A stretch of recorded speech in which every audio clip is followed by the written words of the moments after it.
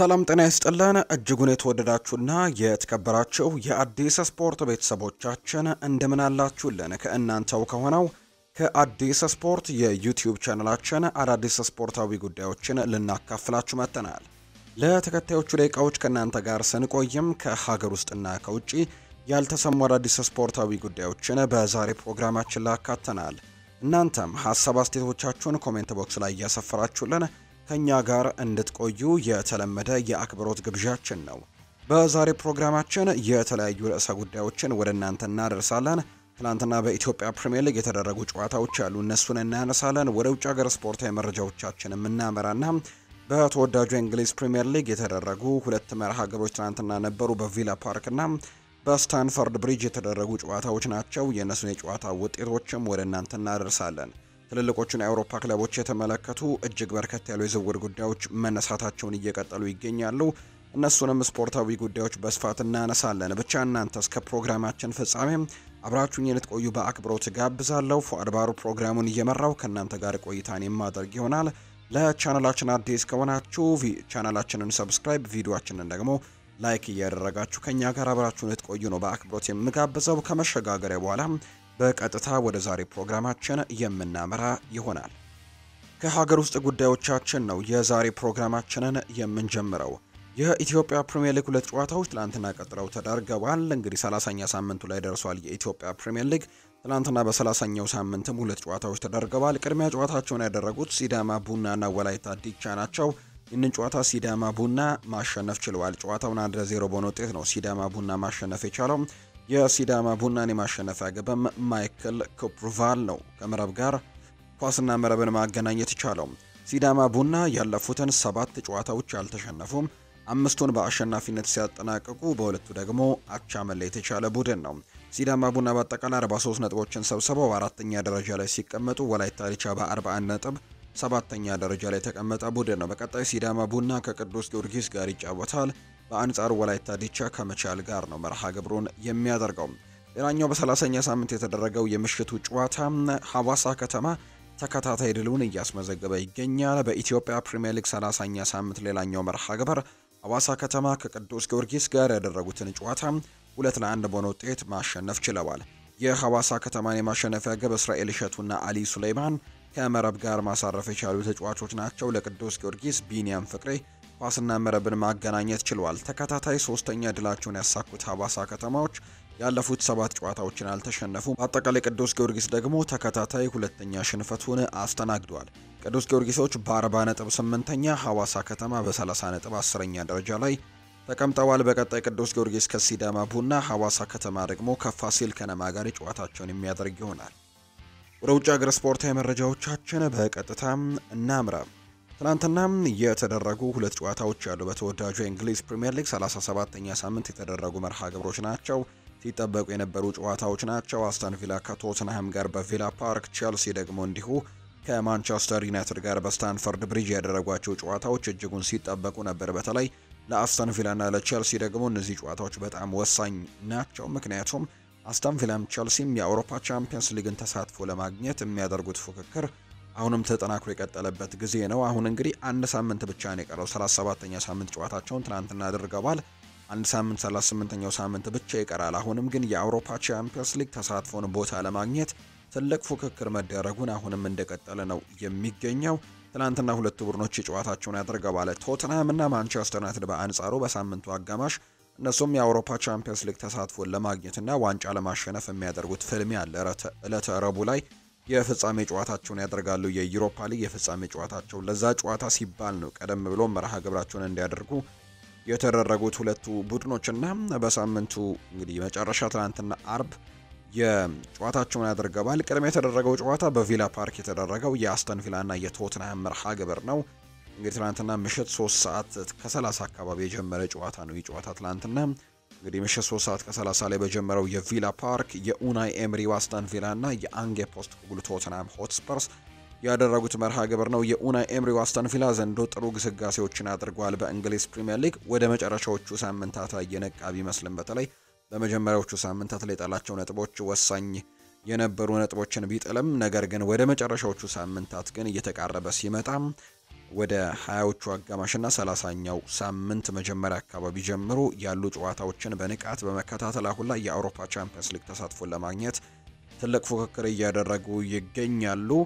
ከዛ በተጨማሪ ግን በአውሮፓ ቻምፒየንስ ሊግም ጥሩ የውድድር ዓመትን አሳልፈዋል። ቶተንሃም በሊጉ እጅጉን ደካማ የውድድር ዓመት ነው ዘንድሮ ያሳለፈው 17ኛ ደረጃ ላይ ተቀምጧል። ከወረዱት ቡድኖች ቀጥሎ የተቀመጠው እንግዲህ ቶተንሃም ሆትስፐርስ ነው። 18፣ 19 እና 20 ላይ ያሉት ቡድኖች መውረዳቸውን አረጋግጠዋል። ቶተንሃም ከነሱ ብቻ ያበልጠው ነው 17ኛ ደረጃ ላይ የተቀመጠው የአንጌ ፖስቴኮግሉ ቡድን። በአንጻሩ በዩሮፓ ሊጉ ግን የፍጻሜ ተፋላሚ ነው። ለማንቸስተር ዩናይትድም ተመሳሳይ ነገር ነው። ማንቸስተር ዩናይትድ ዘንድሮ ታይቶ የማይታወቅ በማንቸስተር ዩናይትድ ታሪክ እንግዲህ ታይቶ በማይታወቅ መልኩ ነው 16ኛ ደረጃ ላይ የተቀመጡት። 16ኛ ደረጃ ተቀምጠው አንድ ሳምንት ብቻ ቀርቷል ውድድሩ ሊጠናቀቅ፣ አንድ ጨዋታ ብቻ ነው የሚቀረው። እንዲሁ ደግሞ በዩሮፓ ሊግ ግን የፍጻሜ ተፋላሚ እንደሆኑ ግን ይታወቃል። ትናንትና ቪላ ፓርክ ላይ የተደረገው የአስተን ቪላና የቶተንሃም ጨዋታ በአስተን ቪላ የ2-0 አሸናፊነት ነው የተጠናቀቀው። ኤዝሬል ኮንሳ እና ካማራ ግቦቹን ያስቆጠሩ ተጫዋቾች ናቸው ለአስተን ቪላ።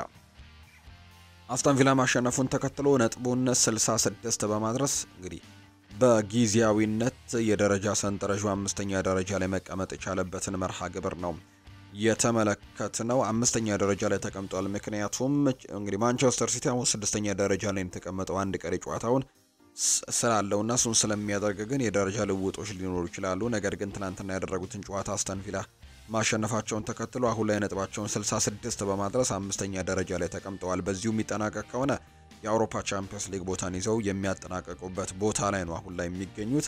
ነገር ግን ማንቸስተር ሲቲ ቀሪ ጨዋታውን የሚያሸንፍ ከሆነ ወደ 6ኛነት መልሰው የሚንሸራተቱበት እድል ይኖራል ተብሎ ነው የሚጠበቀው። ትናንትና አስተን ቪላ ጨዋታውን ተቆጣጥሮ በሙሉ ማሸነፍ የቻለበትን አጋጣሚ የተመለከት ነው። በአጠቃላይ በጨዋታው ላይ ቶተንሃም ሆትስፐርስ 3 ሙከራዎችን ብቻ ነው በጨዋታው ላይ ማድረግ የቻለው። በአንጻሩ አስተን ቪላዎች 18 የግብ ሙከራዎችን አድርገዋል። ጨዋታውን በመቆጣጠር 69 በመቶ አስተን ቪላ ኳሱን ተቆጣጥሮ የተጫወተበትን አጋጣሚ ተመልክተናልና በጣም ጥሩ የጨዋታ ጊዜ ነው ትላንትና ማሳለፍ የቻሉት። ሌላኛው እንግዲህ ከአስተን ቪላ ጋር በተያዘ እንዲሁ ከቶተንሃም ሆትስፐርስ ጋር በተያዘ አስጊው ጉዳይ ደግሞ ትላንትና ተቀይሮ የወጣ ተጫዋች አላቸው። ፓፔ ማታሳር በጉዳት ምክንያት ነው ትላንትና ተቀይሮ የወጣውና ከዚህ ጉዳት ጋር በተያዘ ለፍጻሜው ጨዋታ ጋር በተያዘ ጥያቄዎች እየተነሱ ይገኛሉ። ቶተንሃም የውድድር ዘመኑ 21ኛ የፕሪሚየር ሊግ ሽንፈታቸውን ያስተናገዱት የፓፔ ማታሳር ጉዳት ግን ከባድ እንዳልሆነ ዘገባዎች እያሰፈሩ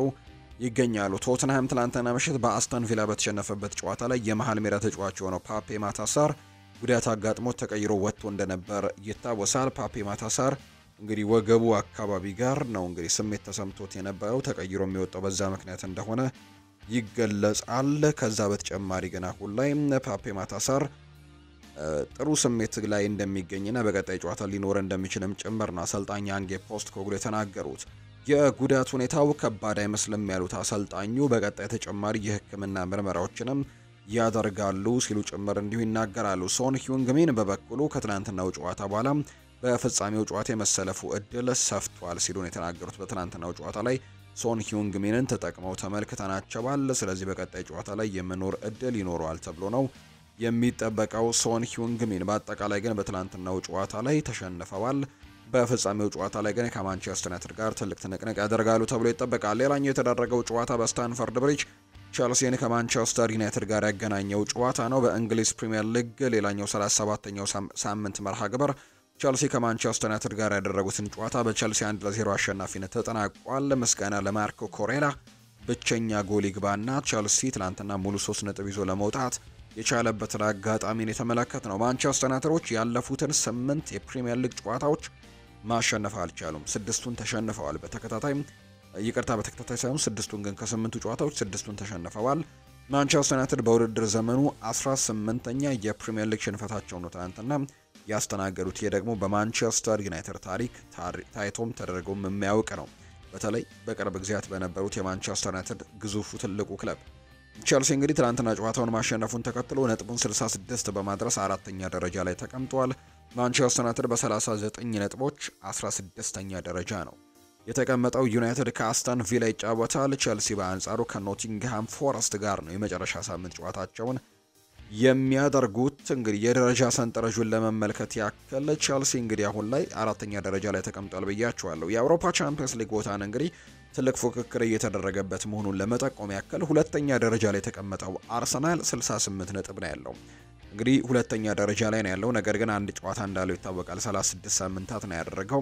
ኒውካስል ዩናይትድም 36 ጨዋታዎችን አድርጎ 66 ነጥቦችን ያዙት። ሁለቱ ቡድኖች እርስ በርስ ነው ጨዋታቸውን የሚያደርጉት። አርሰናል ከኒውካስል ዩናይትድ ጋር እርስ በርስ ነው ጨዋታቸውን የሚያደርጉት። አርሰናል ጨዋታውን ማሸነፍ የሚችል ከሆነ ነጥቡን 71 ያደርስና በቃ ሁለተኛ ደረጃነቱን ወደ ማረጋገጡ ወይም ማረጋገጥ ይችላል። ከዛ በተጨማሪ ግን ኒውካስል ዩናይትድ ጨዋታውን የሚያሸንፍ ከሆነ ግን ነጥቡን 69 ያደርሶ ሁለተኛ ደረጃነትን ከአርሰናል ይረከባል። አርሰናል 68 ላይ ይቀራል። ቸልሲ 66 አለው። አስተን ቪላ 66 አለው። ማንቸስተር ሲቲም አንዱን ጨዋታ ማሸነፍ የሚችል ከሆነ 68 ይገባልና ትልቅ ፉክክር ይኖራል ተብሎ ነው የሚጠበቀው። ማንቸስተር ሲቲ እንግዲህ ጨዋታውን የሚያደርገው በቀጣዮቹ ጊዜያት እንደሆነ ይታወቃል። ዛሬ ጨዋታ ያደርጋሉ፣ ነገር ግን ዛሬ የኤፍኤ ካፕ የፍጻሜ ጨዋታ ነው ማንቸስተር ሲቲ የሚያደርገው። 65 ነጥቦችን ይዞ ስድስተኛ ደረጃ ላይ የተቀመጠ ቡድን ነው። የኑኖ ኤስፕሬንቶ ሳንቶ ቡድን ኖቲንግሃም ፎረስት 62 ነጥቦችን ሰብስቦ ሰባተኛ ደረጃ ላይ የተቀመጠበት ውጤት ነው አሁን ላይ የተመዘገበው። በአጠቃላይ እንግዲህ እነዚህ ጨዋታዎች ናቸው ትላንትና ምሽት የተደረጉት። ማንቸስተር ዩናይትድ ትላንትና ማሸነፍ ያልቻለበትን አጋጣሚ ተመልክተናል። በሳምንቱ አጋማሽ ግን የፍጻሜ ጨዋታውን የሚያደርግ ነው የሚሆነው። ዛሬ በአውሮፓ ታላላቅ ሊጎች በርከት ያሉ ጨዋታዎች ይደረጋሉ። በተወዳጁ የእንግሊዝ ፕሪሚየር ሊግ ግን መርሃ ግብር አይኖርም። በእንግሊዝ የኤፍኤ ካፕ ጨዋታ ይደረጋል። ክሪስታል ፓላስ እና ማንቸስተር ሲቲ በዌምብሌ ስቴዲየም ምሽት 12 ሰዓት ከ30 ላይ የፍጻሜ ጨዋታቸውን ያደርጋሉ። የኤፍኤ ካፕ መርሃ ግብር የፍጻሜ ጨዋታቸውን የሚያደርግ ይሆናል። ተጠባቂ ጨዋታ ነው ይህ ጨዋታ። ከዛ ውጭ ግን በፍሬንች ሊግ 1 ኦሎምፒክ ደ ማርሴይ ከሬንስ፣ ሊዮን ከአንጀርስ፣ ኒስ ከብሬሽት፣ ሴንት ኢቲየን ከቱሉዝ፣ ሊል ከሬምስ፣ ከዛ በተጨማሪ ስትራስቡርግ ከሊ ሃርቬ፣ ሌንስ ከሞናኮ እና ፓሪስ ሰን ዠርሜን በሜዳው ፓርክ ደስ ፕሪንሰስ ከኦንዤ ጋር የሚያደርጉት መርሃ ግብር ዛሬ የሚደረጉ መርሃ ግብሮች ናቸው። የፍሬንች ሊግ 1ም የመጠናቀቂያ ጨዋታዎች ናቸው ዛሬ የሚደረጉት። ፍሬንች ሊግ 1 ላይ እንግዲህ 18 ተሳታፊ ክለቦች እንዳሉ ይታወቃል። ስለዚህ እነዚህ ቡድኖች 34 ሳምንታት ጨዋታዎችን ነው የሚያደርጉት። 33 ጨዋታዎችን አድርገዋል። ዛሬ 34ኛው ሳምንት ሁሉም ጨዋታዎች በተመሳሳይ ምሽት 4 ሰዓት ላይ በሚደረጉ መርሃ ግብሮች ፍጻሜውን ያገኛል። የፍሬንች ሊግ 1 የ2024-25 የውድድር ዓመት የፍጻሜ ውድድሮች ናቸው ዛሬ የሚደረጉት። ምሽት 4 ሰዓት ላይ የሚደረጉ ጨዋታዎች ናቸው። ፓሪስ ሰን ዠርሜን ሻምፒዮን መሆኑ የተረጋገጠበት ሊግ እንደሆነ ይታወቃል። ሌላኛው ጀርመን ቡንደስሊጋ ላይ የሚደረግ መርሃ ግብር ነው። የጀርመን ቡንደስሊጋም ዛሬ ነው ፍጻሜውን የሚያገኘው። በጀርመን ቡንደስሊጋ አርቢ ላይፕዚግ ከስቱትጋርት፣ ቦሩሲያ ዶርትመንድ ከሆልስቲን፣ ሆፌንየም ከባየር ሚኒክ፣ ሄዲንሃም ከቨርደር ብሬመን፣ ፍራይበርግ ከአይንትራክት ፍራንክፈርት፣ ኦግስበርግ ከኡኒየን በርሊን፣ ማይንስ ከሌቨርኩዘን፣ ቦሩሲያ ሞንቸግላድባክ ከቮልስበርግ እና ሳን ፓውሊ ከቦሃም ዛሬ የሚያደርጓቸው የጀርመን ቡንደስሊጋ የፍጻሜ ጨዋታዎች ናቸው። ዛሬ የሚደረጉ ናቸው። እነዚህ የጣሊያን ሴሪኤ ጨዋታዎችም ይቀጥላሉ። የጣሊያን ሴሪኤ 37ኛ ሳምንት ነው ዛሬ የሚደረገው። አንድ ሳምንት የሚቀረው ይሆናል። ዛሬ ጄኖዋና አታላንታ እንግዲህ ምሽት 3 ሰዓት ከ45 ሲል ጨዋታቸውን የሚያደርጉ ይሆናል። እነዚህ ናቸው ዛሬ የሚደረጉ በአውሮፓ ታላላቅ ሊግ የሚደረጉ ጨዋታዎች። የተወዳጁ የእንግሊዝ ፕሪሚየር ሊግ ጨዋታዎች ደግሞ ነገ ነው የሚጀመሩት። አርሰናል ከኒውካስል ዩናይትድ ጋርም እንዲሁ ነገ ምሽት የሚደረግ ጨዋታ ነው። በስፔንም ነገ የሚደረጉ በርከት ያሉ መርሃ ግብሮች እንዳሉ ይታወቃሉ። ነገ ነው ጨዋታቸውን የሚያደርጉት የስፓኒሽ ላሊጋ መርሃ ግብሮች። እነዚህ ግን ዛሬ የሚደረጉ የአውሮፓ ታላላቅ ሊግ ጨዋታዎች ናቸው። ሊቨርፑልን የተመለከቱ መረጃዎችን እናንሳ። ስለ ትሬንት አሌክዛንደር አርኖልድ ማውራት ማቆም ጊዜው አሁን ነው ብለዋል የሊቨርፑል ዋና አሰልጣኝ አርነ ስሎት። ቡድናቸው አሌክዛንደር አርኖልድን ረስቶ በድሉ መደሰት እንዳለበት ነው የገለጹት። ስለ አርኖልድ ማውራት ማቆሚያ ጊዜው አሁን ነው፣ በፕሪሚየር ሊግ ዋንጫ ድላችን መደሰት አለብን ሲሉ አሰልጣኝ አርነ ስሎት ተናግረዋል። በዚህ ዓመት ከሜዳ ውጪ ለሊቨርፑል ፈታኝ የነበረው ተጋጣሚ ማን ነበር ተብሎ የጠየቁት አርነ ስሎት ቸልሲ ነበር ሲሉም ይናገራሉ። በጣም ያሰለቻል። ዓመቱን ሙሉ ስለ ኮንትራት ማራዘም ስጠየቅ ነበር። አሁን ደግሞ ስለሚመጡ ተጫዋች ጀምራችኋል። እኔ በይፋ ሳይጠናቀቅ ስለማንም ተጫዋች መልስ አልሰጣችሁም ሲሉ ነው አሰልጣኝ አርነ ስሎት የተናገሩት። ትሬንት አሌክዛንደር አርኖልድ ጥሩ ሽኝት ይገባዋል ብሏል መሐመድ ሳላህ። የሊቨርፑል የፊት መስመር ተጫዋች የሆነው መሐመድ ሳላህ ትሬንት አሌክዛንደር አርኖልድ በክለቡ ደጋፊዎች ክብር ሊሰጠው እንደሚገባ ነው የተናገረው። አሌክዛንደር አርኖልድ በጥሩ ሁኔታ መሸኘት ይገባዋል ብዬ አስባለሁ ሲል የተደመጠው መሐመድ ሳላህ እሱ ለክለቡ ብዙ ነገሮችን አድርጓል፣ ያለውንም ሰጥቷል ብሏል። ደጋፊዎች በሱ ላይ የጨከኑ ይመስለኛል። ደጋፊዎች ከዚህ የተሻለ መንገድም ሊሸኙት ይገባል ሲል ነው መሐመድ ሳላም የተናገረው።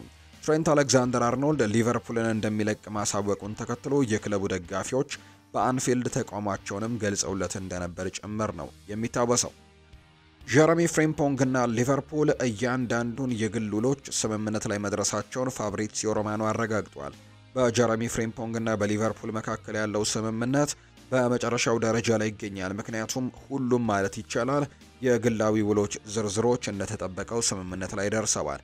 ሊቨርፑሎች የ35 ሚሊዮን ዩሮ እስከ 40 ሚሊዮን ዩሮ ክፍያን በተመለከተ ከሰኞ ጀምሮ ከባየር ሌቨርኩዘን ጋር በቀጥታ ግንኙነት ሲጀምሩ ስለነበር በመልቀቂያ ውሉ ላይ ምንም ችግር የለበትም ተብሎ እንደሚታሰብ ነው ፋብሪዚዮ ሮማኖ እንዲሁ የገለጸው። አርነ ስሎት ስለ ጀረሚ ፍሪምፖንግም ይናገራል። አሰልቺ መልስ ይሆናል። መልሱ አንድ ነው። ለኛ እስካልፈረሙ ድረስ ስለምንፈልጋቸው ተጫዋቾች በጭራሽ አልነግራችሁም ሲሉ ነው አርነ ስሎት የተናገሩት። የፍሎሪያን ቨርትስ ጉዳይ ምንም ነገር አልተወሰነም። ባየር ሚኒክ ግልጽ ተወዳጅ ክለብ መሆናቸውን አምነዋል። ሊቨርፑል ከፍሎሪያን ቨርትስ ቅርብ ከሆኑ ሰዎች ጋርም ግንኙነት ነበረው። ሊቨርፑል ስለ ሁኔታው ማሳወቅ ይፈልጋል። ይህ ሁኔታ ደግሞ በተጫዋቾች በኩል እንዴት እንደሚሆን የተመሰረተ ነው ብሏል ፋብሪዚዮ ሮማኖ በመረጃው። ሳላህ ሪካርዶችን ስለመስበር ይናገራል። ሊጉን ስላሸነፍን ነው የዘገየ ነው፣ ነገር ግን ለተጫዋቾቹ እባካችሁ እያልኳቸው ነበር። ለመጨረሻ ጊዜም ያደረግነው ጨዋታ ላይ ሉቾ እንግዲህ የሰጠውን የጎል እድሎችን ሲስት ከዚህ በላይም ምን ማድረግ እችላለሁ ብዬ አሰብኩኝ ሲልም ነው ሳላህ የተናገረው። ባየር ሌቨርኩዘን በ100 ሚሊዮን ፓውንድ የሚቀርብ ማንኛውም ጥያቄን ውድቅ ያደርጋል። የመጀመሪያ ጥያቄያቸው 150 ሚሊዮን ዩሮና እንዲሁ ሌቨርኩሰን ከተጫዋቹ አፋጣኝ ውሳኔ የሚፈልጋሉ በሚቀጥለው ሳምንትም ሲል ፕሌቲጎል መረጃውን አጋርቷል። ሊቨርፑል አንድ ተጨማሪ የመሃል ተከላካይ ወደ ቡድኑ መጨመር ይፈልጋል። እናም በቦታው ደግሞ የሚወዱት ሌላኛው ተጫዋች ጆሪየል ሃቶ እንደሆነ ነው መረጃዎች እያሳዩ የሚገኙት። ፋብሪዚዮ ሮማኖ ነው ይህንን መረጃ ይዞ የወጣው። አርሰናልን የተመለከቱ መረጃዎችን ደግሞ እናንሳ። ካይ ሃቨርትስ በጥሩ ቁመና ላይ ነው ብለዋል አርቴታ። የአርሰናሉ የፊት መስመር ተጫዋች ካይ ሃቨርትስ በጥሩ ቁመና ላይ መሆኑን አሰልጣኝ ሚኬል አርቴታ ገልጿል። ሃቨርትስ ከጉዳቱ አገግሞ ባለፉት ቀናት ልምምድ መስራቱን ያረጋገጡት አርቴታ አሁን ላይ በጥሩ ሁኔታ ላይ ናቸው ሲሉም ተናግረዋል። ሚኬል አርቴታ አክሎም እሁድ በኒውካስል ዩናይትድ ጨዋታ መሰለፍ አለመሰለፉን እንወስናለን በማለትም ነው የተናገረው። አሰልጣኝ ሚኬል አርቴታ ሮድሪጎን ያደንቃሉ። የአርሰናል ዋና አሰልጣኝ ሚኬል አርቴታ ብራዚላዊውን የሪያል ማድሪድ የፊት መስመር ተጫዋች ሮድሪጎን እንደሚወዱት ነው የተገለጸው። ይሁን እንጂ አርሰናል ሮድሪጎን ለማስፈረምም የፋይናንስ ሁኔታው አስቸጋሪ እንደሚሆንባቸው ዘ አትሌቲክ ዘግቧል። በሌላ በኩል አርሰናሎች በግብ ጠባቂ ቦታ የመጀመሪያ ኢላማቸው የኤስፓኞሉ ግብ ጠባቂ ዮሃን ጋርሲያ መሆኑን ተናግረዋል። የግብ ጠባቂው ኮንትራት ማፍረሻም 21 ሚሊዮን ፓውንድ መሆኑ ነው እየተገለጸ የሚገኘው። አርሰናል በቀጣይ የውድድር ዘመን በአጥቂ መስመር ላይ ማን ይመራዋል? በርካቶች የሚጠብቁት ነው። አሁን ላይ በርከት ያሉ ስሞች ከዚህ ክለብ ጋር እየተገናኙ ይገኛሉ። አርሰናል በዚህ ክረምት የፊት መስመር ተጫዋች እንግዲህ በወርልድ ክላስ አጥቂ እንደሚመራው ወይም ደግሞ እነዚህ አይነት ተጫዋቾችን እንደሚያመጣ በርካቶች የሚጠብቁት ነው። ከነዛ መካከል አንደኛው አሌክዛንደር ኢሳክ ነው። አርቴታ በቀጣይ ዓመት የፊት መስመሩን እንዲመራለት ከሚፈልጋቸው አጥቂዎች መካከል ከፍተኛ ምኞት ያለው ወይም ደግሞ በግንባር ቀደምትነት ቢመጣለት ደስ የሚለው አሌክዛንደር ኢሳክ ነው። እናም ይህ ደግሞ በሊጉ ልምድ ያለው አጥቂን ከኒውካስል ወደ ኤምሬትስ ለመዘዋወርም የአርቴታን ፍላጎት ለማሟላትም የክለቡ እንግዲህ ቁልፍ ሰዎች አርቴታን ለመርዳትና አሌክዛንደር ኢሳክን ለማዘዋወርም ጠንካራ ድጋፍ አላቸው። ነገር ግን አሌክዛንደር ኢሳክ ከኒውካስል ወደ አርሰናል ለማዘዋወር ኒውካስል ለተጫዋቹ ዝውውርም የሚፈልገውን የዝውውር ገንዘብ ከፍተኛ መሆኑን አርቴታ ቅድሚያ ቁጥር 1 የፊት መስመሩን ምርጫ ኢሳክ እንዲመራለት ቢፈልግም በክለቡ ባለሀብቶች ድጋፍ ግን ቢኖረውም የዋጋው እጅግ መጋነን እዚህ ዝውውር ላይ እንቅፋት ሊፈጥር እንደሚችል ነው በርካቶች የሚያምኑት። በአርሰናል የአጥቂ ዝውውር ኢላማ ውስጥ ግን አሌክዛንደር ብቸኛው ስም እንዳልሆነ ይታወቃል። ሌሎች ተጫዋቾችም አሉ። ሌላኛው ቤንጃሚን ሼስኮ ነው። አርሰናል ይህንን አጥቂ ለማስፈረም ስሙ ከዝውውሩ ጋር የተነሳው በዚህ የክረምት ተጫዋቾች የዝውውር መስኮት ብቻ አይደለም። ባለፉት 2 ዓመታት ቤንጃሚን ሼስኮ በክለቡ የዝውውር ፍላጎት ውስጥ እንግዲህ ስሙ ሲነሳ የነበረ ተጫዋች ነው። ባለፈው ክረምት አርሰናልን ሊቀላቀል በእጅጉ ተቃርቦ እንደነበረ ይታወሳል።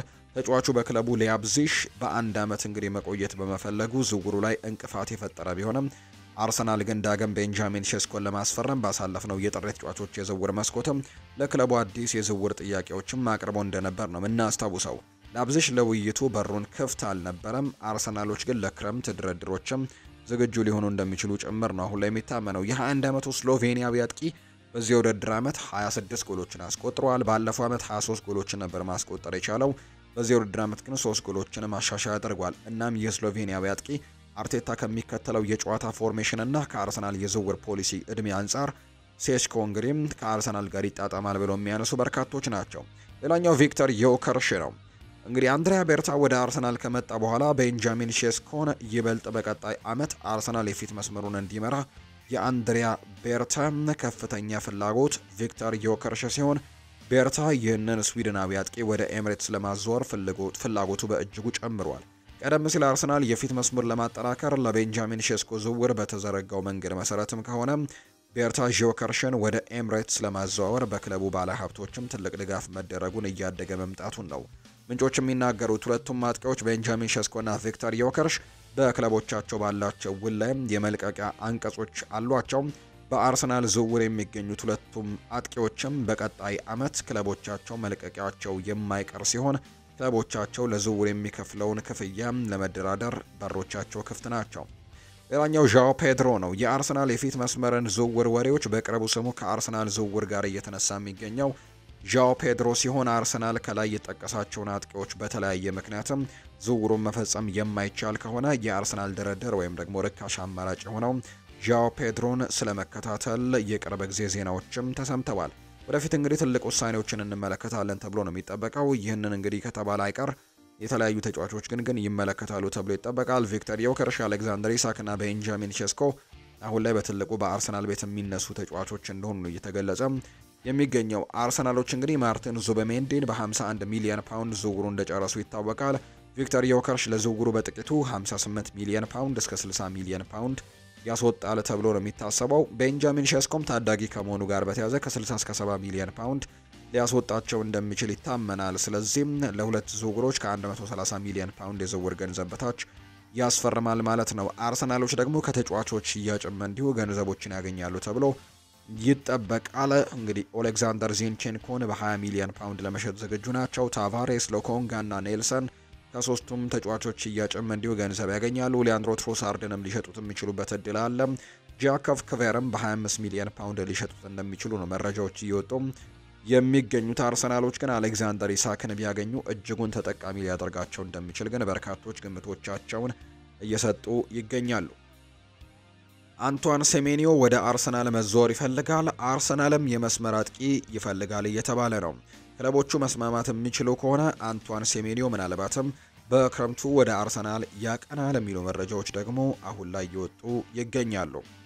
የሳዑዲው ክለብ አልኤቲሃድ በክረምቱ የአርሰናሉን የመስመር አጥቂ ሊያንድሮ ትሮሳርድን ለማስፈረም ትልቅ ስራ ይሰራል ተብሎ ይጠበቃል። አርሰናል ለትሮሳርድ የረጅም ዓመት ኮንትራት ለማቅረብም እንቅስቃሴ ቢጀምርም ገፍቶ የሚመጣ ቡድን ካለ ግን ለመሸጥ ዝግጁ እንደሆኑ ነው ቢልድ የተባለው የመረጃ ምንጭ እየገለጸ የሚገኘው። ሚኬል አርቴታ ከኒውካስል ዩናይትድ ጋር ከሚያደርጉት የነገው ጨዋታ አስቀድመው የተለያዩ ሀሳቦቻቸውን ያሰፈሩበት ጋዜጣዊ መግለጫን ሰጥተዋል። በዚህ ሲዝን በአርሰናል ቤት ባለሁበት አሃዝ ቁጥር ያለው ጎል አስቆጣሪ አጥቂ ተጫዋች በቡድናችን ባለመኖሩ ዋንጫ ካጣንባቸው ትልቁ ምክንያት አንዱ ነው ሲል አርቴታ ይናገራል። ስለ ኒውካስል ዩናይትዱ ጨዋታ ሲናገር ይህ ጨዋታ ለሁለቱም ክለቦች ወሳኝ ጨዋታ ነው። በቀጣይ ዓመት በቻምፒየንስ ሊግ ውድድር ለመሳተፍ ሁሉም ቡድን በውድድሩ ለመሳተፍ የተደረገ ድንቅ ጥረት ነው። እኛ ቻምፒየንስ ሊጉ ላይ ለመሳተፍ እድላችን በማንም ክለብ ነጥብ መጣል ላይ የተመሰረተ አይደለም።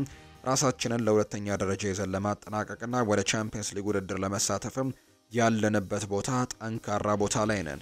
አሁንም እዚህ ቦታ ላይ እንግዲህ ራሳችንን ለማስቀመጥም እድሉ በእጃችን አለ ሲልም ጭምር ነው የተናገረው። አርቴታ በቅድመ ውድድር ዝግጅት ላይም እንዲሁ ሲናገር ቡድናችን በቀጣይ ዓመት ለሚያደርገው የቅድመ ውድድር ዘመን መጋረጃ በፕሪሲዝን ቡድኑ ወደ ስፔን ተጉዞ በስፔን የቅድመ ውድድር ዝግጅትም እናደርጋለን ብሏል። ስለ ካይ ሃቨርትዝ ሲናገር ካይ በአሁኑ ሰዓት በጥሩ ሁኔታ ላይ ይገኛል። ካጋጠመው ጉዳት አገግሞ ከቡድኑ ጋርም ሙሉ ልምምድ አከናውኗል። እናም ካይ በእሁዱ ጨዋታ ላይ መሰለፍ ይችላል አይችልም የሚለውን ደግሞ የአካል ብቃቱን ለማወቅ አንድ ተጨማሪ የልምምድ ጊዜም ስላለን ለጨዋታውን መሰለፍ ከቻለ ውሳኔ እንሰጣለን ሲልም የተናገረው አርቴታ አክሎም እንግዲህ ስለ ትሮሳርድ፣ ዴክላን ራይስ፣ ጆርጂኒዮ ሁሉም እንግዲህ በቅርብ የነበሩንን የልምምድ ክፍለ ጊዜዎች ከቡድኑ ጋር ልምምድ አከናውነዋል። በእሁዱ ጨዋታ ለመጫወትም ይደርሳሉ አይደርሱም በድጋሚ የመጨረሻውን ውሳኔ እናሳልፋለን ሲልም ነው የተናገረው።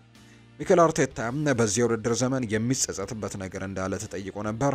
እኛ እንደ ቡድን በዚህ የውድድር ዘመን የውድድር ዓመቱን ጥሩ ውጤት አስመዝግበን ሲዝኑን ለማጠናቀቅ ቡድኑ አቅሙን የፈቀደውን ሁሉ የተቻነውን ሁሉ ለማድረግም እንደሞከርን እርግጠኛ ሆኜ ቃሌን እሰጣለሁ። ይሄ ቡድን በዚህ የውድድር ዘመን ከበርካታ ፈተናዎች ተፈትኗል። እነዚህን በርካታ ፈተናዎችን ተቋቁሞ እዚህ ለመድረስም ባደረግንበት ጉዞና ሁኔታም የነበሩንን አሉታዊ ተጽዕኖች ተቋቁመንም እንደገና ያደረግናቸውን አስደናቂ ነገሮችም የቡድን ላደረገው ትግልና ጥረት ለቡድኑ ምስጋና ማቅረብም እወዳለሁ። ሚኬል አርቴታ በክረምቱ የዝውውር መስኮት አዲስ አጥቂ ማስፈረም ቅድሚያ መስጠቱንም ይናገራል። ቡድናችን በዚህ ሲዝን በድጋሚ የፕሪሚየር ሊጉን ዋንጫ ማሳካት አልቻለም። ልክ እንደ ባለፉት ሁለት የውድድር ዘመናትም በዚህ ሲዝን ዋንጫውን ያጣንበት በርካታ ምክንያቶች ቢኖሩም ዋናው ግን ዋንጫ ያጣንበት የቡድናችን ጀርባ ያለው ትልቅ ምክንያት በክለባችን ትክክለኛ ግብ አስቆጣሪ አለመኖሩ ነው። በዚህ ሲዝን በፕሪሚየር ሊጉ በነበርንበት ጉዞ አንድም የአርሰናል ተጫዋች ባለሁበት አሃዝ የጎል ማስቆጠሩን ያስቆጠረ ተጫዋች የለም። ይህንን የቡድኑ ዋነኛ የጎል አስቆጣሪ ችግር ለመፍታትም በዚህ ክረምት ዝውውር አዲስ 9 ቁጥር አጥቂ እናመጣለን ሲልም ጭምር ነው የተናገረው ሚኬል አርቴታ። ኢያን ራይት ስለ ቶማስ ፓርቴን የተናገረው ስለ ቶማስ ፓርቴ ኮንትራት ጉዳይ ለምን ትኩረት መስጠት እንዳልፈለጉ ምንም ምክንያቱ አልታየኝም። እሱን ከክለቡ ማቆየት ትልቅ ጥቅም አለው። ቶማስ ፓርቴ ሌላ ኮንትራት ሊሰጠውም ይገባል። እንደ ቶማስ ያለ የመሃል ሜዳ አማካይ ተጫዋች ገበያው ላይ ማግኘትም ቀላል አይደለም። በሱ ብቃትም ልክ አማካይ ቦታ ላይ የሚጫወት ተጫዋች በቡድናችን የሉም። በዚህ የውድድር ዘመን በአርሰናል ቤት የበለጠ ድንቅ ብቃቱን አሳይቷል። ለነሱ አዲስ ኮንትራት ሊቀርብለትም እንደሚገባ በብቃቱ አሳይቷል። እሱን የመሰለ የመሃል ሜዳ ተጫዋችም እንደ ቀልድ መልቀቅ የማይታሰብ ነው። አርሰናልና አርቴታ በደንብ ትኩረት ሰጥተውትም ሊያስቡበት የሚገባ ጉዳይ ነው ሲልም ጭምር ነው የተናገረው። ማይልስ ሉዊስ ስኬሊ ስለሚጫወትበት ቦታ ይናገራል። እውነት ለመናገርን የመጫወት የምፈልግበት ቦታ መሃል ሜዳ አማካይ ሆኜ መጫወት እፈልግ ነበር። በእርግጠኝነት መሃል ሜዳ ቦታ ላይ መጫወት እችል ነበር ብዬ አምናለሁ። ነገር ግን ሁሌ መጫወት በምፈልግበት ቦታና በምትፈልገው ቦታ ላይ ሳትጫወት ትችላለህ። ይህ ደግሞ እኔን ከአማካይ ቦታ ወደ ግራ ተከላካይ ቦታ እንድጫወትም ያደረገኝ። በግልጽ መናገር የምፈልገው ፈጣሪ ለእኔ ሌላ እቅድ እያለው ነው። እግር ኳስ ተጫዋች ማለት ልክ እንደ ወታደር ነው። ሁልጊዜም ተዘጋጅተህ መጠበቅ አለብህ።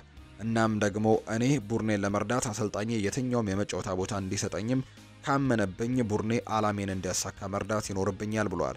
መሃል ሜዳ መጫወት ፍላጎት ቢኖረኝም አሰልጣኝ ግራ ተከላካይ ቦታ ላይ እንድጫወት አምኖብኛል። እናም ግራ ፉልባክ ሆኜ ተሰልፌ ለቡድኔ ስኬትም አቅሜ የፈቀደውን ነገር እያደረኩኝ ይገኛለሁ። እኔ አሁን ላይ እያደረኩ ያለሁት ይህንን ነው። የትኛውም ተጫዋች ዋናው ፍላጎቱ ቡድኑን መርዳት ነው። እኔ ቡድኑን በምረዳበት ቦታ ላይ ደግሞ ሁሉም ቡድኑን በማገልገልና ለመርዳትም ዝግጁ ነኝ ሲልም ጭምር ነው እንዲሁ የተናገረው። የሚያሳየው ነገር ቡድናችን ለመርዳትም እንደ ቡድን እንዴት ጠንክረን እየሰራን እንዳለንም ማሳያ ነው ብዬ አምናለሁ ሲልም ጭምር ነው የተናገረው ሉዊስ ስኬሊ። ማንቸስተር ዩናይትድን እንመልከት። በፕሪሚየር ሊጉ የዘንድሮው የውድድር ዓመት እጅግ አስቸጋሪ ሆኖብናል። ከዚህ እውነታ መደበቅ አንችልም ብሏል ሃሪ ማጓየር። ሁሉም ነገር እጅግ አስከፊ ነበር። በዚህ ክለብ ዙሪያ ላለ ሰውም በሙሉ አስከፊ ዓመት ነበር፣ በተለይም ለእኛ ተጫዋቾች ሲልም ሃሪ ማጓየር ይናገራል። እኛ ተጫዋቾች ለተፈጠረው ነገር በሙሉ ኃላፊነት መውሰድ አለብን። በዚህ የውድድር ዓመት ብቻ 2 አሰልጣኞች በቡድናችን ውስጥ ተመልክተናል። በውድድር ዓመቱ ብዙ ማድረግ የምንችል ነገር ነበረን። ሆኖም ግን ያደረግነው ነገር ከዚህ በተቃራኒ ነበር። ለበቂነት እንኳን የተጠጋ አይደለም ሲልም የተናገረው። ያለፉት 2 ወራት ለእኛ እጅግ አስቸጋሪ ነበሩ። በእርግጥም በዩሮፓ ሊግ ለፍጻሜ ደርሰናል። ይህ ደግሞ እንደ ጥሩ አጋጣሚ ነው ሲልም ይናገራል። አሰልጣኛችን ብዙ ነገሮችን ለመቀየር ሞክሯል። ሆኖም ግን እኛ ብዙ ጉዳቶች ነበሩብን። ለዚህ ምሳሌ እኔ ለመጨረሻ ጊዜ በፕሪሚየር ሊጉ መርሃ ግብር 90 ደቂቃ ሙሉ ሜዳ ላይ ያሳለፍኩት ጨዋታም አይታወሰኝም። በፕሪሚየር ሊግና በዩሮፓ ሊጉ የምንጫወትበት መንገድ እርስ በርስ የተለያየ ነው። በተጨማሪም ጨዋታን ለማሸነፍ ያለን ተነሳሽነትም የተለያየ ነው። ስለዚህም ተወቃሽ ልንሆን ይገባል ሲልም ነው ሃሪ ማጓየር የተናገረው። ማንቸስተር ዩናይትድ በቀጣዮቹ ቀናት በማቲያስ ኩኛህ ዝውውር ላይ ጠንካራ ድርድሮችን እንደሚያደርግ ነው እርግጥ የሆነው። ነገሮች በቻምፒየንስ ሊግ ተሳትፎ ላይ ወይንም በዩሮፓ ሊግ የፍጻሜ ጨዋታ ላይ የሚመዘገበው ውጤት ላይ የተመሰረቱ አይደሉም ብሏል ፋብሪዚዮ ሮማኖ። ስለዚህ ማቲያስ ኩኛህ ማንቸስተር ዩናይትድ ቻምፒየንስ ሊግ ላይ ይሳተፍም አይሳተፍም ቡድኑን ግን መቀላቀል እንደሚፈልገው የተገለጸው።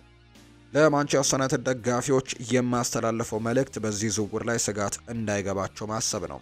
ከሳምንታት በፊት ነገሮች በቀናት ውስጥም ይጠናቀቃሉ የሚል እምነት ነበር። ሆኖም ግን ኮንትራቶችን ለማጠናቀቅና ወኪሎችንና ከተጫዋቾች ባለቤቶች ጋርም እንዲሁ ከወልቨርሃምፕተን ወንደረርስ ጋርም በዝውውር ጉዳዮች ዙሪያ መወየት የተወሰኑ ቀናትን ይወስዳል ብሏል ፋብሪዚዮ ሮማኖ እንዲሁ ጨምሮ ስለ ማቲያስ ኩኛ ዝውውር ሲናገር። ዩናይትድ እና ስፐርስ በፕሪሚየር ሊጉ እየተጓዙ ያሉበት መንገድ እጅግ አሳፋሪ ነው። እነርሱ በሚያደርጓቸው ጨዋታዎች ላይ ጥረትና የመፋለም ስሜት አትመለከትም። ዩሮፓ ሊግ ልክ እንደ ቻምፒየንስ ሊግ አይደለም። እነርሱ በቻምፒየንስ ሊግ ሊያደርጉት የሚችሉት የጨዋታ ብዛት ያነሰ ነው ሊያደርጉት የቻሉት ሲልም ነው ሮይ ኪን የተናገረው። አሰልጣኝ ሩበን አሞሪም በአሁኑ ሰዓት እንግዲህ የተለያዩ ሀሳቦቻቸውን አንስተዋል። ይሄ የውድድር ዓመት በቶሎ መጨረስ አለብን። ፕሪሚየር ሊጉ ከዚህ ቀደም እጅግ ብዙ መጥፎና ድንቅ ታሪኮች አሉት። ለምሳሌ ብላክበርን ሮቨርስ ወርዶ ተመልሶ ሻምፒየን መሆን ችሏል። ሌስተር ሲቲም ከመውረድ ወደ ሻምፒዮንነት መሸጋገር የቻለበት ወቅት ነበር። ኖቲንግሃም ፎረስት አምና በሊጉ ራሳቸውን ለማቆየት ለአስጨራሽ ትግል ሲያካሂዱ ቆይተው አሁን ላይ ግን ለቻምፒየንስ ሊግ መፎካከር ችለዋል። ሰዎች በካሪንግተን ያለው ሁኔታ ምን ያክል እየተቀየረ እንደሆነ አልተረዱም። ምንም ያክል መጥፎ ወቅት ላይ ብንሆንም በእኛ ክለብ ውስጥ ብዙ ነገሮች አሁንም አሉ። ይህንን የውድድር ዓመት በጋራ እንጨርስ፣ የሚፈጠረውንም አብረን እንመለከታለን ብለዋል አሰልጣኝ ሩበን አሞሪም። ማንቸስተር ሲቲን ደግሞ እንመልከት። ኤፍኤ ካፑን ማሸነፍ እንፈልጋለን ብለዋል ጋርዲዮላ። የማንቸስተር ሲቲ ዋና አሰልጣኝ ፔፕ ጓርዲዮላ የዛሬውን የኤፍኤ ካፕ የፍጻሜ ጨዋታ ማሸነፍ እንደሚፈልግ ገልጿል። ዋንጫውን ማሸነፍ እንፈልጋለን ያለው ፔፕ ጓርዲዮላ የኤፍኤ ካፕ ውድድር ለእኛ አስፈላጊ ነው በማለትም ይናገራል። አክለውም በፍጻሜው ጨዋታ ጥሩ እንደምንጫወትና ከክሪስታል ፓላስ ጋርም መፎካከር እንደምንችል እርግጠኛ ነኝ ብሏል።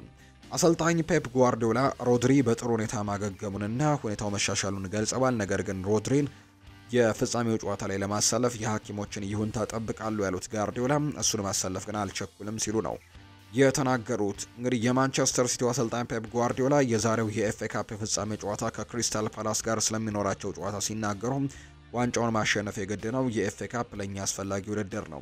በፍጻሜው ጥሩ እንደምንጫወትና ከክሪስታል ፓላስ ጋር መፎካከር እንደምንችል እርግጠኛ ነኝ ብለዋል። አክለውም የውድድሩ አስፈላጊነትና ባለፈው የፍጻሜው ጨዋታ ያሳዩት ደካማ ብቃት በማስታወስም በዚህ ጊዜ የተሻለ ለማሳየትም እንደሚፈልጉ ጭምር ነው የተናገሩት። ተጫዋቾች ጉዳት ሲናገሩ ስለ ሮድሪ ይናገራሉ። ሁኔታው በጣም ተሻሽሏል፣ በአካል አገግሟል። ነገር ግን የዶክተሮችን ፍቃድ እጠብቃለሁ። ወደ ሜዳ መመለሱ በፍጹም አናቅም። የሕክምና ቡድኑ ሲፈቀድለት ብቻ ነው የሚሳተፈው። ስለ ቡድኑ አጠቃላይ ሁኔታ እንደ ባለፈው ሳምንት ተመሳሳይ ነው፣ ምንም አዲስ ነገር የለም ሲልም የተናገረው። ስለ ደብሮይና በፍጻሜው ጨዋታ ላይ መሳተፍ ቡድኔን የምመርጠው እንዴት እንደምናሸንፍ በማሰብ ብቻ ነው ሲልም ጭምር ነው የተናገረው። ይህንን ሀሳብ የሰጡ አሰልጣኙ ነው። ስለ ፍሎሪያን ቨርትስም ተናግሯል። ጋርዲዮላ ስለ ማንቸስተር ሲቲ ከጀርመናዊው ተጫዋች ቨርትስ ጋር ስለመፈራረም ለቀረበላቸው ጥያቄም ሲመልሱ ከኤፍኤ ካፕ ዋንጫ ፍጻሜ በፊት ስለዚህ ጉዳይ መናገር ተገቢ አይደለም። 24 ድንቅ ተጫዋቾች ያሉኝ፣ ስለ ወደፊቱ በጭራሽ አልናገርም ሲሉም ነው እንዲሁ የተናገሩት። እኛን ለመደገፍና ወደ ለንደን ለመምጣት ላደረጉት ጥረት የማንቸስተር ሲቲ ደጋፊዎችን በጣም አመሰግናለሁ በማለትም ጭምር እንዲሁ ተናግረዋል። ጋርዲዮላ ክሪስታል ፓላስን በተመለከተ ፍጥነትና ጥራት አላቸው፣ ስጋት ሲሆኑ እንግዲህ ጥራትም ስላላቸው ነው። ረጅም ኳሶች ላይ ማቴታ ጠንካራ ነው። እናም ከኤብሬቼ ኤዜ ጋርም ካለው ጥራት ግልጽ ነው። ከእርግጥ ከሳር ጋርም ያለው ፍጥነት አስተን ቪላ በጣም የሚያስደንቅ ፍጥነትም አፈራርሰውታል። ሙኖዝ፣ ዋርተን በጣም ጥሩ ተጫዋቾች ነበሩ ሲሉ የተጋጣሚያቸውን ጥንካሬዎችንም እንዲሁ እያነሱም ይገኛሉ። ደብሮይና የፕሪሚየር ሊጉ ታላቅ ተጫዋች ነው ብለዋል መሐመድ ሰላም። የሊቨርፑል የፊት መስመር ተጫዋች መሐመድ ሰላ ኬቨን ደብሮይና ለማንቸስተር ሲቲ ቆይታው እንኳን ደስ አለ በማለት ነው ሀሳቡን የሰጠው። በማንቸስተር ሲቲ ድንቅ ስራን ሰርቷል ሲል የተደመጠው ግብጻዊው ሳላህ እሱ በፕሪሚየር ሊጉ ታላቅ ተጫዋች ነው፣ መልካሙን እመኝለታለሁ ብለዋል። ከስካይ ስፖርት ጋር በነበረው ቆይታ ማክሎ ሊቨርፑል መምጣትን ከፈለገ ለሱ የሚሆን ቦታ ይኖራል ሲልም ነው መሐመድ ሰላህ ስለ ኬቨን ደብሮይና የተናገረው። ባርሴሎናን ደግሞ እንመልከት። የካታላኑ ክለብ ባርሴሎና በዘንድሮው የውድድር ዘመን ከ154 ሚሊዮን ዩሮ በላይ ገቢ ያገኛሉ ተብሎ እንደሚጠበቅ ተገልጿል። ባርሴሎና የላሊጋውን ዋንጫ በማሸነፉ ከቴሌቪዥን መብት ከ60 እስከ 90 ሚሊዮን ክፍያም እንደሚቀበሉ ተነግሯል። በተጨማሪም ባርሴሎና ለአውሮፓ ቻምፒየንስ ሊግ ግማሽ ፍጻሜ በመድረሳቸው 83 ሚሊዮን ዩሮ ማግኘታቸውም የተነገረው። ባርሴሎና በተጨማሪ የኮፓ ዴል ሬና ሱፐር ኮፓ ዋንጫንም በማሸነፋቸው ከ10 ሚሊዮን ዩሮ በላይ እንደሚያገኙም ነው የተዘገበው። ባርሴሎና በዚህ ዓመት ገቢው ከ154 ሚሊዮን ዩሮ በታችም እንደማይሆን ሲገለጽ ገንዘቡ የክለቡን የፋይናንስ ሁኔታ ለማስተካከልም ትልቅ ሚና እንደሚኖረውም ጭምር ነው እየተገለጸ የሚገኘው። በዚሁ ሪያል ማድሪድን እንመልከት። ሊቨርፑል በትሬንት አሌክዛንደር አርኖልድ ላይ የሆነውን በኢብራሂማ ኮናቴ ላይም ሊደገም ይችላል የሚል ስጋት አድሮባቸዋል። የፈረንሳዩ ተከላካይ ኮንትራት በሚቀጥለው ዓመት ይጠናቀቃል። እናም እስካሁን የተጫዋቹን ኮንትራት አልታደሰም። ሪያል ማድሪድ በበኩሉ የተከላካይ ክፍሉን ለማጠናከር ተጫዋቹን የግሉ የማድረግም ፍላጎት እንዳለው ነው ሆሴ ፍሊክስ ዲያዝ መረጃውን ያጋራው። ሪያል ማድሪድ በመጪው የውድድር ዓመት ሌላ ተጨማሪ ማጠናከሪያዎችን ለማግኘት እየተቃረበ ሲሆን አልቫሮ ፈርናንዴስ ካሬራስን በቀናት ውስጥም ሊጠናቀቁ ከሚችሉ ፊርማዎች መካከል ቀዳሚው ነው። ሆኖም ግን ኢኤስፒኤን እንዳወጣው መረጃ መሰረት ከሆነ ስፔናዊው ተከላካይ በሪያል ማድሪድ ቤት እስከ 2031 ድረስ የሚያቆየውን የ6 ዓመታት ኮንትራት ለመፈራረምም ተዘጋጅቷል። ይህንን እንቅስቃሴ በመጪው አሰልጣኝ ሻቪ አሎንዞ የተደገፈ እንደሆነም ተነግሯል። የ22 ዓመቱ ወጣት አልቫሮ ካሬራስ ለሪያል ማድሪድ እንግዳ አይደለም። ተጫዋቹ ከዚህ ቀደም የሪያል ማድሪድ የወጣቶች አካዳሚ ምሩቅ ሲሆን ከሪያል ማድሪድ ከመውጣቱ በፊትም እንደ ራኡል አሴንሲዮ ካሉ ተጫዋቾች ጋር ተጫውተዋል። ሪያል ማድሪድ በግራ መስመር በኩል ያለውን ደካማ ቦታና ለረጅም ጊዜ የቆየውን ችግርን በመፍታት በመፈለጉ የካሬራስን መመለስ አሁን ላይ አጥብቆ ይፈልጋል ተብሎ እንደሚጠበቅ ነው ኢኤስፒኤን በመረጃው ያጋራው። በማድሪድ ካምፕ ውስጥ ካሬራስ ከሻቪ አሎንዞ ታክቲካል እይታ ጋር በትክክል ይጣጣማል የሚል እምነት እያደገ መጥቷል። ተጫዋቹ ጉልበቱ በተደራራቢና በማያቋርጡ ሩጫዎችና በተመጣጣኝ የመከላከል ባህሪውም ስፔናዊው አሰልጣኝ ሻቪ አሎንዞ በመስመር ተከላካይነት የሚፈልገው አይነት ባህሪ ያለው ተጫዋች አድርጎታል። አሎንሶ በቅርቡ በይፋ የሪያል ማድሪድ አሰልጣኝ እንደሚሆን ይጠበቃል። በተጨማሪም ሪያል ማድሪድ የካሬራስን ዝውውር በጊዜ በማጠናቀቅ ተጫዋቹ ለክለቦች የዓለም ዋንጫ እንዲደርስም የራሱን የሆነ ጥረት ያደርጋል ተብሎ ነው የሚጠበቀው። ለሪያል ማድሪድ ቅርበት ያላቸው ምንጮች እንደጠቀሱት ከሆነ ካሬራስ በሻቪ አሎንዞ ዝውውር እቅድ ውስጥም እንደ ትሬንት አሌክዛንደር አርኖልድ እና እንደ ዴን ሃውችሰን ሁሉ ስፔናዊው ተከላካይ ላይም ሙሉ እምነት በመጣል የተከላካይ ክፍሉንም ለማጠናከር እንደሚጠቀምበት ይገልጻሉ ነው እየተባለ የሚገኘው። ካሬራስን ለማስፈረም ሪያል ማድሪድ ከፍተኛ የሆነ ብሩህ ተስፋ ቢኖረውም በፋይናንሻል ጉዳዮች ላይ አሁንም የሚቀሩ ስራዎች አሉ። ካሬራስ በቤኔፊካ ቤት የ50 ሚሊዮን ዩሮ የውል ማፍረሻ አለው። ይህ አሃዝ ሪያል ማድሪድ እና ፍሎሬንቲኖ ፔሬስ በአሁኑ ጊዜ ሊያስማማ የሚችል የገንዘብ መጠን አይደለም። ሆኖም በአሁኑ ጊዜ እየተደረጉ ያሉ ድርድሮች የመጨረሻውን የዝውውር ክፍያ በመቀነስ ላይ የሚያተኩሩ ሲሆኑ በቅርቡ ሁለቱም ክለቦች መደበኛ ግንኙነት ያደርጋሉ ተብሏል። የክለባችን ይላሉ የሪያል ማድሪድ ሰዎች ጠንካራ የመደራደር አቅም አለው ሲሉም ነው የሚገልጹት። ካሬራስንም ወደ ስፔን የመመለስ ፍቃድ ላይ ከተመጣጠነም በቅርቡ በሁለቱም ወገኖች መካከልም ስምምነቱ ይጠናቀቃል ተብሎ ይጠበቃል። ተጫዋቹን በተገቢው ሁኔታ ለመሸጥም ፍቃደኛ የሆኑት ቤኔፊካዎች በመጨረሻም ተጫዋቹ ከተለጠፈበት የውል ማፍረሻ በታችም ዋጋውን ዝቅ በማድረግ ለሪያል ማድሪድ ጋርም ስምምነት ሊፈጽሙ እንደሚችሉ ጭምር ነው እየተገለጸ የሚገኘው። በሳምንቱ መጀመሪያ ላይ እንደተዘገበውና አሁን በማርካ ላይ የተረጋገጠው መረጃ ቢኖር ሪያል ማድሪድ የመሃል ክፍሉ 3 ዋና ኢላማዎችን ለይቷል። የባየር ሌቨርኩሰኑ ኢክዌል ፓላሲዮስ አንደኛው ሲሆን የተጫዋች በጀርመን ከአሎንዞ ጋር የነበረው አስደናቂ የሚባል የእግር ኳስ ሕይወትም ቆይታ በሪያል ማድሪድ የእጩ ዝርዝር ውስጥ ይገኛል። ይህ አርጀንቲናዊ ከበርካታ ዓመታት በፊት ለሪያል ማድሪድ ለመፈረም ተቃርቦ እንደነበረና ዝውውሩ በአንዳንድ ጉዳዮችም ሊፈጸም አለመቻሉ የሚታወስ ነው። ሁለተኛውና ሌላኛው እጩ ደግሞ ምንም እንኳን ማንቸስተር ሲቲ ፊርማን ለማግኘት በጥሩ ሁኔታ ላይ ያለ ቢመስልም የኤስ ሚላኑ ኮከብ ቲጃኒ ራይንደርስ ነው። ይህንን ተጫዋችም እንዲሁ ይፈልጉታል። ሶስተኛውና የመጨረሻው የሪያል ማድሪድ እጩ ዝርዝር ውስጥ የተቀመጠው ደግሞ የስቱትጋርቱ አንጌሎ ስቲለር ነው። የ24 ዓመቱ ጀርመናዊ ኢንተርናሽናል ቨርሳታይል የሆነ ተጫዋች እንደሆነ የሚነገርለት ሲሆን የተገመተው ዋጋም 40 ሚሊዮን ዩሮ አካባቢ ነው። አሁን ላይ ሪያል ማድሪድ በመጪዎቹ ቀናት ውስጥም የተጠቀሱትን 3 አማካዮች መካከል አንዱን ለማስፈረም ወይም ደግሞ የዝውውር መስኮቱ እስኪከፈትም ነገሮችን በማጤን ወደ ሌላ አማራጭም ፊቱን ሊያዞር ይችላል። ነገር ግን ሪያል ማድሪድ አሁን ላይ በዝውውሮች ላይ እንዲጣደፍም ካደረገው ዋነኛው ምክንያት አንደኛው ከፊቱ የተጋረጠው የክለቦች የዓለም ዋንጫ እንደሆነ ይነገራል። ፍሎሬንቲኖ ፔሬስ ከሪያል ማድሪድ የዓለም ዋንጫ ጀምሮ በፊት እንግዲህ ያቀዳቸው ሁሉም ዝውውሮችን ያጠናቅቃል ተብሎ ይታሰባል። ሻቪ አሎንዞን አሳክተዋል። ትሬንት አሌክዛንደር አርኖልድን አሳክተዋል። ዴን ሆይሰን በጣም እንደቀረበ የሚያሳዩ መረጃዎች ትላንትና ወጥተዋል። አልቫሮ ፈርናንዴስ ካሬራስንም ለማስፈረም በጣሙን ቀርበዋልና እነዚህ በዓለም ክለቦች ዋንጫ ላይ ምናልባት በሪያል ማድሪድ ማሊያ ላይ እንመለከታቸው እንችላለን። በሪያል ማድሪድ ቤት ታይቶ በማይታወቅ ሁኔታ ዘንድሮ የተጫዋቾች ጉዳት እያየለ መምጣቱ ክለቡ በተጫዋቾች የአካል ብቃት አሰልጣኝ በሆነው አንቶኒዮ ፒንቶስ ላይ ትልቅ ቅሬታን አቅርበዋል። ሆኖም ግን አሁን ላይ እየወጡ ያሉ መረጃዎች ከሆነ ሻቪ አሎንዞ በርናቢውን ከረገጠ በኋላ ኤስማኤል የተባለን ሰው እንግዲህ ፒንቶስን በመተካት የሪያል ማድሪድ አዲሱ የፊዚካል ፊትነስ አሰልጣኝ ሊሆን ይችላል የሚሉ መረጃዎችን ደግሞ ሬሌቮ እያወጣ ይገኛል። የኖቲንግሃም ፎረስቱ የፊት መስመር ተጫዋች የሆነው ታዮ አዎኒ ባለፈው ሳምንት ከባድ የሆድ ጉዳት አጋጥሞት እንደነበር የሚታወስ ነው። ተጫዋቹ ኖቲንግሃም ፎረስት ከሌስተር ሲቲ ጋር ባደረጉት ጨዋታ ወቅት ከግቡ ቋሚ ብረት ጋር ተጋጭቶ ሆዱ ላይ ጉዳት ደርሶበት ነበር። ይህንን ተከትሎ አስቸኳይ የቀዶ ጥገና ሕክምና ለማድረግም የተገደደው ታዮ አዎኒ በኋላ ላይም ኮማ ውስጥ ገብቶ ሕክምና ሲደረግለት ነበር። አሁን ላይ ግን የኖቲንግሃም ፎረስቱ አሰልጣኝ ኑኖ ኤስፕሪንቶ ሳንቶ ተጫዋቹ የቀዶ ሕክምናውን በጥሩ ሁኔታ አጠናቀዋል፣ እያገገመ ነው ብሏል። ተጫዋቹ በቀጣይ 5 ቀናት ሆስፒታል እንደሚቆይና የሕክምና ክትትል እንደሚደረግለትም ተገልጿል። አሰልጣኙ አክለውም ታዮ አዎኒ በሊጉ የመጨረሻ የቼልሲ ጨዋታ ወቅትም ስቴዲየም ይገኛል ብለው ተስፋ እያደረጉ እንደሚገኙ ነው የተገለጸው። ኤቨርተን የስቴዲየም ስም መብትን ሸጠ። የመርሲሳይዱ ክለብ ኤቨርተን አዲሱ ስቴዲየማቸውን ስም መብት ለረጅም ጊዜ መሸጣቸው በይፋ አስታውቀዋል።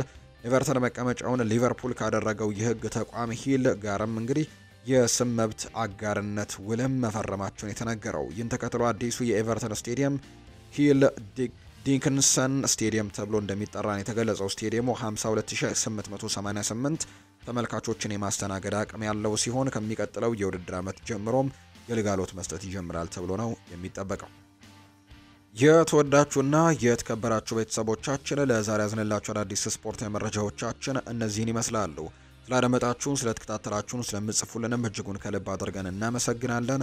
ቪዲዮአችንን ላይክ፣ ቻናላችንን ደግሞ ሰብስክራይብ እያደረጋችሁ ቆይታችሁን ከኛ ጋር ያደረጋችሁ በሙሉ ላቅ ያለ ምስጋናችንን ለእናንተ ማቅረብ እንወዳለን። ፉአድ ባህሩ ፕሮግራሙን እየመራው ከእናንተ ጋር ቆይታን አደረግኩኝ። በቀጣይ ፕሮግራሞቻችን ሌሎች ርዕሰ ጉዳዮችን ይዘን ዳግም ተመልሰን የምንገናኝ ይሆናል። ፉአድ ባህሩ የዛሬውን ፕሮግራም እየመራው ግን ከእናንተ ጋር ቆይታን አድርግ ያለው መልካም ቀን እንዲሆንላችሁም ነው በአክብሮት የምመኘው።